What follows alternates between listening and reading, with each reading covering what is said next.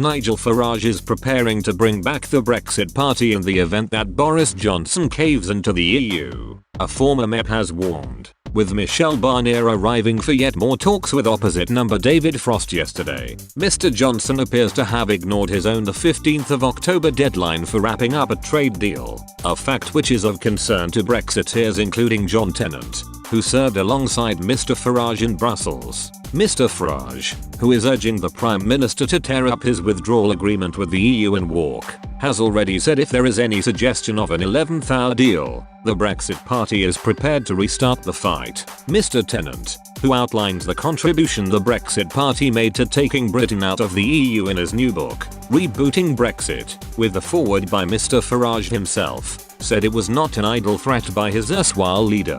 He told, "Obviously I can't speak for Nigel, but I think he is waiting to see.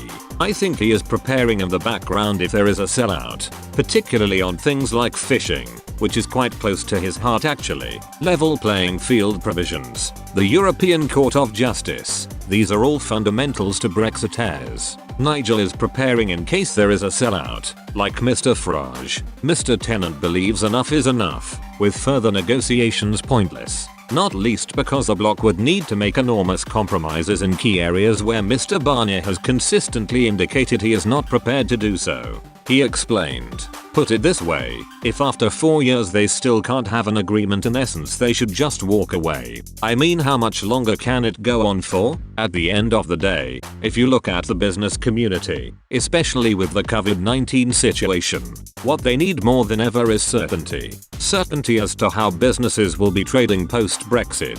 They need that. They need that as soon as possible because that is really important stuff. And the longer they go on with negotiations without getting any real tangible outcomes, the worse it gets." Writing in the Daily Telegraph on Wednesday, Mr. Farage said, "If the government does decide to take the easy way out by opting to do a deal based on the withdrawal agreement, I know that many of my excellent colleagues in the Brexit Party will be prepared to restart the fight, as UKIP proved during David Cameron's time in Downing Street. Highly motivated insurgent political parties can split the Conservatives very effectively. I genuinely hope it does not come to this, but Johnson should be under no illusions about how serious this situation is." Speaking shortly after arriving in London yesterday, Mr. Barnier said, "I think we have a huge common responsibility. Every day counts." However, number 10 has said significant gaps remain between the two sides and it was entirely possible that negotiations will not succeed. The main stumbling blocks are fishing rights,